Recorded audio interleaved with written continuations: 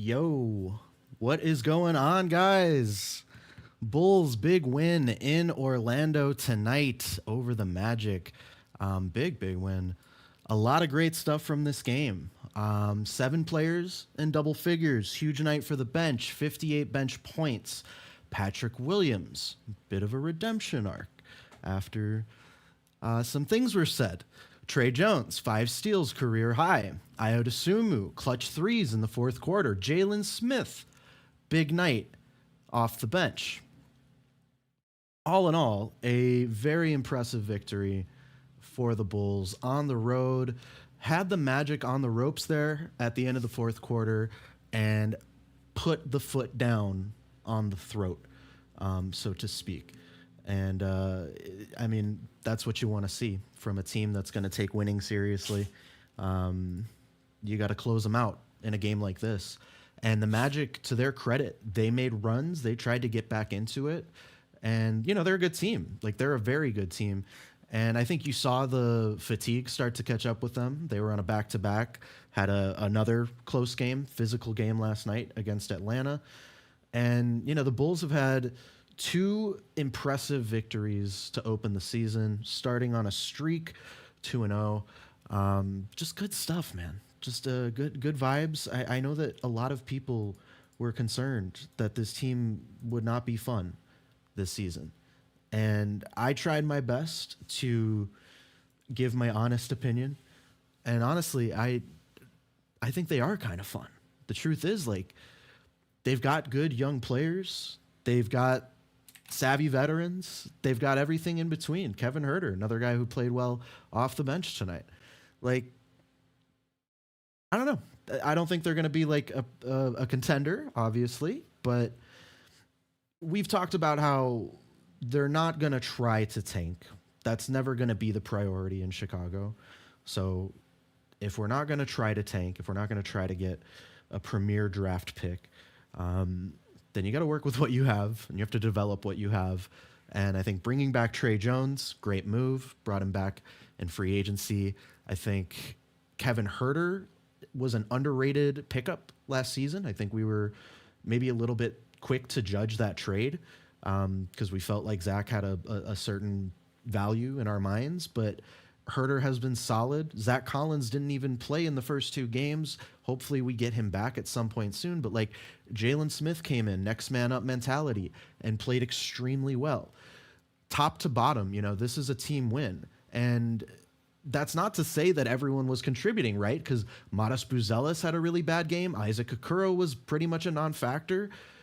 And I think that shows the coaching. I think that we should give some credit to the coaching staff for having these guys prepared, having a game plan, and coming in, like they played their style of basketball. That's another thing with Billy Donovan, implementing a new system, a new scheme, a new philosophy to how they play. And you can see the results of that. And I think players are buying into it. And that's important. It's important to have that buy-in early in a season, get off on the right foot. And that's what the Bulls are doing, man. It feels good. It's fun. And this is a game that I feel like they would usually, in the past, have lost. Down the stretch, probably would have blown a lead like this. So that's why I feel like confident in saying, this is a positive step forward. This isn't fool's gold. We saw some of this last season at the end. And I know, again, people have brought up, fluky end of season runs that teams go on in March and April. I get that, but like, I don't know. I think you look at what the Bulls have accomplished so far this season, and you look at, kind of the context around what has changed around the team, what they've done in the department of, changing the offensive system, and I would say playing more physical defense. That like they've been making that a priority. I think Stacey King was mentioning it on the broadcast that when the Bulls got to the play-in game last season, they weren't ready for the intensity and the physicality, and it seems like that is a major emphasis right now. And credit to the coaching staff, like I said. So good stuff, top to bottom. Did not see Asenge, have not seen the rookie yet in the regular season, but maybe soon if the Bulls are able to get a blowout win sometime here in the upcoming schedule. We've got the Hawks coming up, Sacramento. Who's going to be at that game. So that's where we're at. That's the landscape of what's coming up next. But, I think overall, a really good start to the season for our guys. And I want to look at some tape. I want to watch some of the tape. What's up, Bulls Nation from Hawaii? Let's fucking go. This team is different. When we get Kobe back, the lineup should be Giddey, Kobe, Io, Matas, and Vucevic. Daniel, I see the vision with that. One of the tweets that I put out during the game, I felt like it was worth pointing out that Okoro's performance was just like so bleh, so kind of non-existent. And I know that he plays defense. I understand that that's his specialty, but you can get good defensive minutes from Mayo Dosunmu and Patrick Williams and Julian Phillips. All of those guys heavily contributed to the victory tonight. And I think they all are a part of the future of this rotation.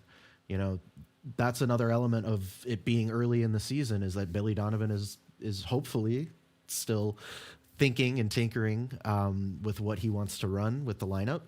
And it would be cool to see a different face in there in the next game, because I don't think Okoro is long for that starting lineup. Even though in preseason I was feeling a little bit better about that, but so far to start the year, it just seems like he has not been on the same page with his teammates. And we've seen that help sometimes. Going to the bench can help a guy lock in a little bit and, you know, light a fire. So maybe that's what Okoro needs. We also, you know, still haven't gotten Coby White back. We haven't really talked about Coby White. They're doing all of this without Coby White. And I think there were discussions in the past when Zach LaVine would be injured and the Bulls would maybe have a couple good games without him, be like, how can we fit him back into what we're doing and make sure it doesn't mess that up? Or DeMar DeRozan or whatever. You know, I think Coby is a different case. Coby is going to slot back into what we're doing just fine. This is what he's already good at. He's good at running the floor, spacing the floor, driving, kicking, all the things we saw Giddey doing, all of the things that, you know, Modest does on nights when he's playing a little bit better. All the things that, you know, we see from Tre Jones, who's a guy that is likely going to be one of the first players off the bench when we're at full health. You know, right now, I think Kevin Huerter was the first off the bench in the first 2 games so far, and then closely followed by Ayo Dosunmu, and then closely followed by Patrick Williams. So I think that they're able to stagger, you know, some of those minutes to get the right, you know, combinations of guys in terms of spacing, you know, verticality, physicality. And Jalen Smith provided a lot of length and a lot of that physicality, that versatility, which you love to see. Melly Mells, I'm finally coming around on Billy. He's finally coaching this team tough. Maybe some questionable rotations, but I like how he's more hard on them. Yeah, it definitely seems like Billy has a stronger command of the locker room than ever before. And you know, that's an outsider perspective. There's no way to actually know what goes on in there, but it definitely seems like there's more energy.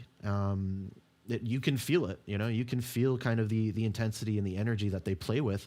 And it's different. It's totally different from the team that we would have seen, you know, a season and a half ago. And even as far back as the beginning of last season, really. Like we ran a faster offense last year, but it still took some time to get into. First year, you know, of a new system.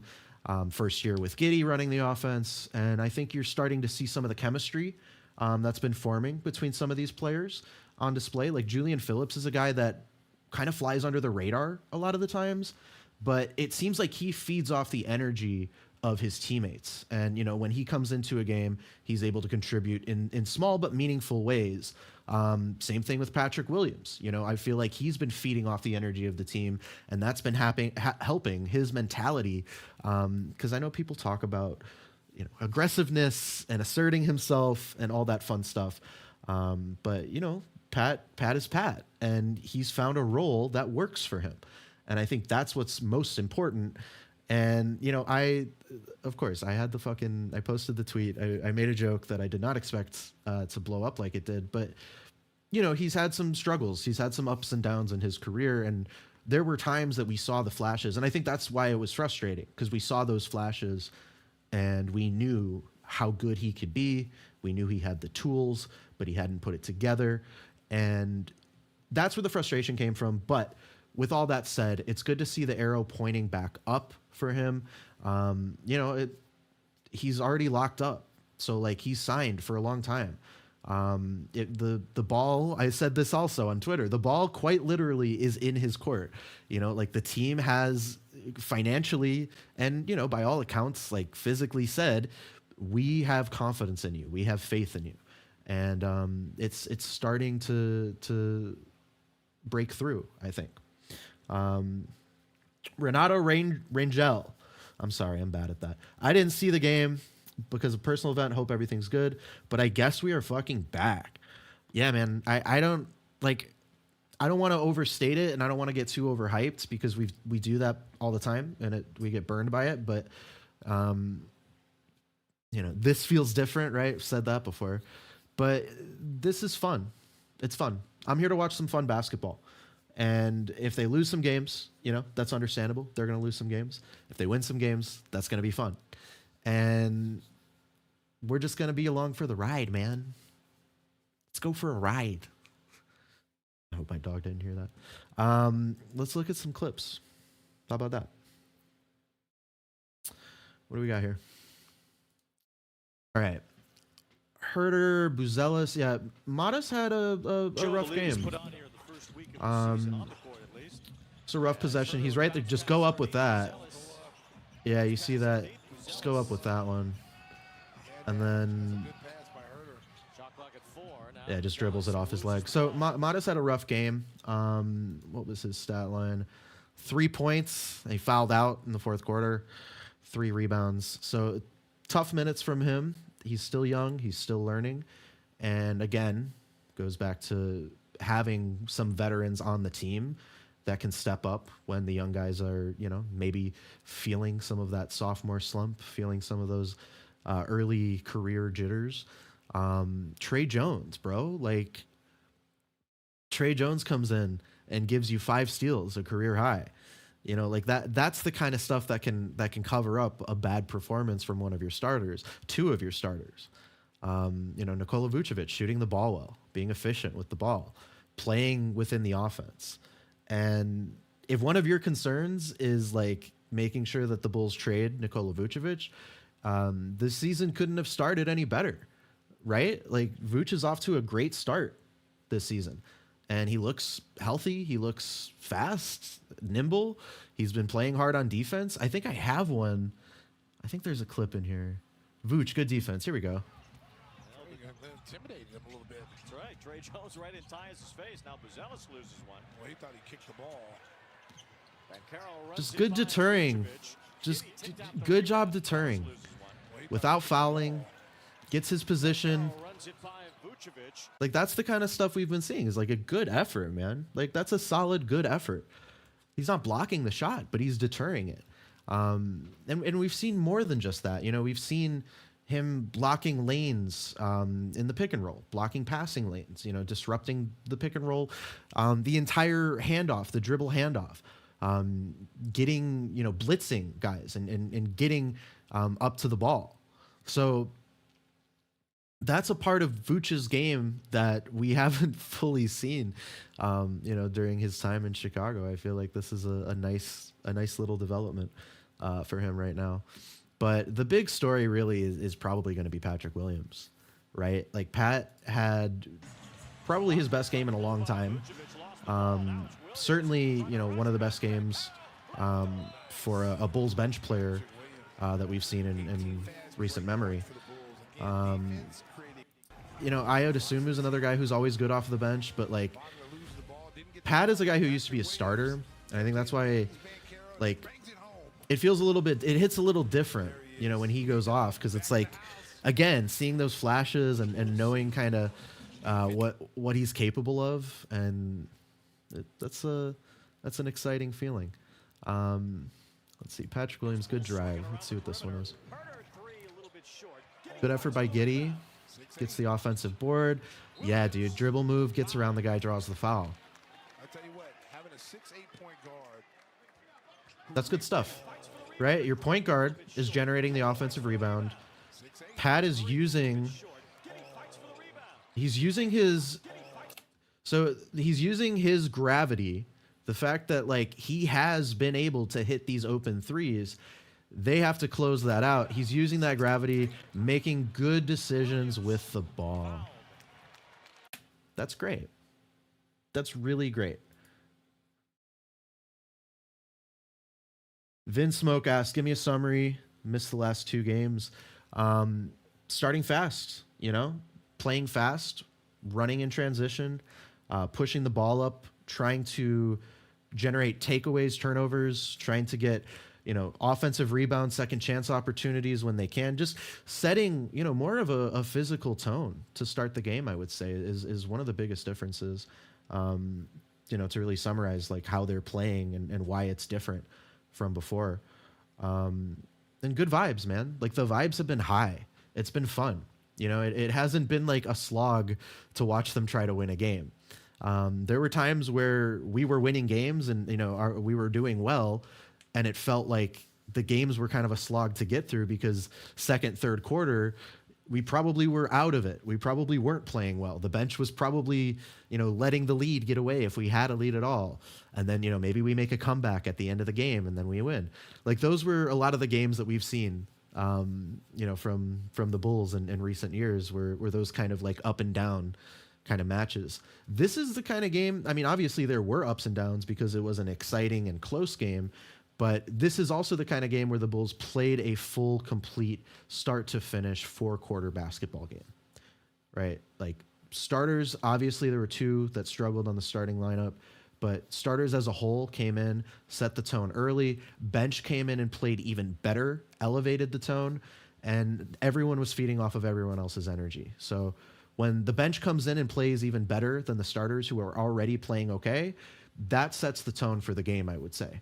And that's kind of the vibe that I got headed into halftime was like, they have set a standard, a physical and fast standard that the Magic were trying to match. To their credit, they did try to match the Bulls in pace, but knowing that they were coming off of that back-to-back, knowing that this is the Bulls style rather than the Magic's, this isn't really their style, we could give them the knockout punch in the second half.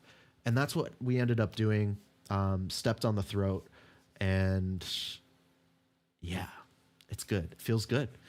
It feels really good. What other clip should we watch here? Jalen Smith, a dude who has been inconsistent during his time in Chicago, but also his minutes have been inconsistent. So good defense. It's just the defense. So with Jalen, this is a guy who, like I said, his minutes have been inconsistent. He's not he hasn't been rather a consistent part of the rotation. And when he comes in a game like this, we're calling on him with Zach Collins out. He was totally ready for that call. And I think that's impressive. And I think he deserves a lot of credit for that. It's not easy to hit a clutch 3 in the fourth quarter as a big man. But like, that's what we saw from him. And it's not just him spacing the floor like that, right? Like we also see him playing well on defense. We also see him making good passes with the ball. We also see him running the floor in transition, getting down quickly. So those are things that, Zach Collins can do also. You have so much depth now. Like, remember the old days of the Bulls just like not having a center, not having an actual center.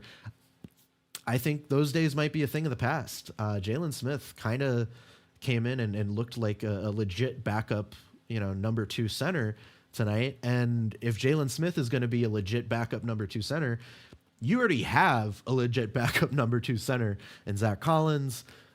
Goes back to the conversations about potentially making a Vucevic trade. You know where that goes. You guys know. You know the conversation. I don't have to tell you. Tre Jones, we can talk about him one more time. The buckets were great, obviously, but let's also talk about the passing, right? Because I think that's an underrated element of what he brings to the lineup. I think someone mentioned it in the chat. Maybe it was a tweet from earlier. I'm not sure, but Kobe White has very similar skill set as Tre Jones. I would say Tre is maybe a little bit of a better defender and a worse scorer than Kobe. But, that's the offset that he has being in the lineup. And again, Kobe's going to slot right back into this perfectly when he's healthy. But what a luxury, bro. What a luxury to have so many guys that can pass the ball, that have good vision, that make good decisions, push the pace. I mean, that is a legitimate luxury to have in the league today.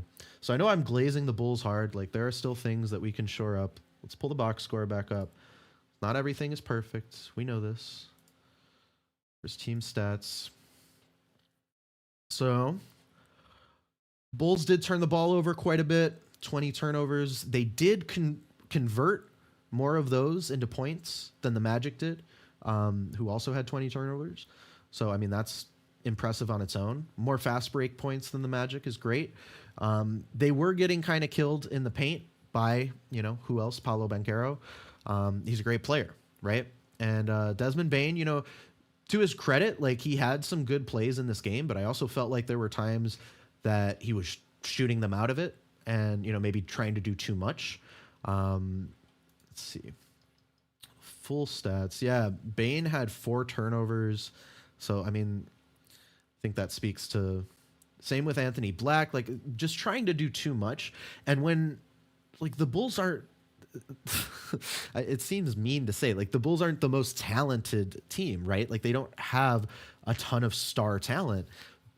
But if you're going to get other teams pressing like this, you know, if you're going to have other teams pressing so hard, you know, try to keep up with your offense, to try to, you know, match your pace, that, you know, they're turning the ball over like crazy.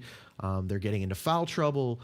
Like, that's a recipe right there. That's an actual recipe to be a good team. You know, that's not just something that a team does to, you know, to win a few games, you know, down the stretch in the season.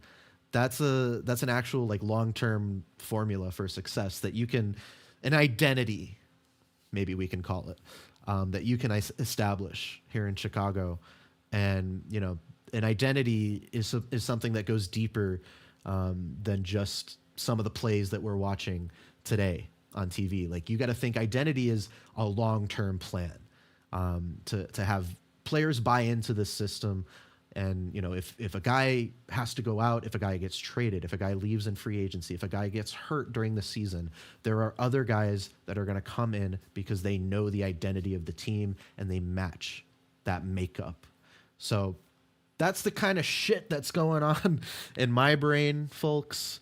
What are we at here? About 30 minutes in. Yeah, I mean, I don't think there's really a whole lot else to say. It was a fun game. I'll have more thoughts up on social media, as I always do. Make sure to follow me, guys, at Shy Sports Ross on all the platforms.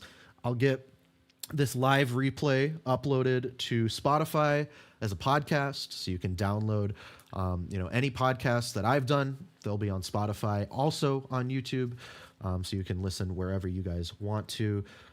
Big game for the Bears tomorrow against the Ravens. No Lamar Jackson. That'll be an interesting game. You know, well, I'll have some thoughts up, but basically I feel like the Bears are destined to go all the way this year. Anyway, thank you guys for watching. Thank you guys for listening. Again, I'm Ross at Shy Sports Ross on all the platforms. Big dub for the Bulls tonight in Orlando. Enjoy it. We're back on Monday against the Hawks. Take care, guys. I will talk to you later.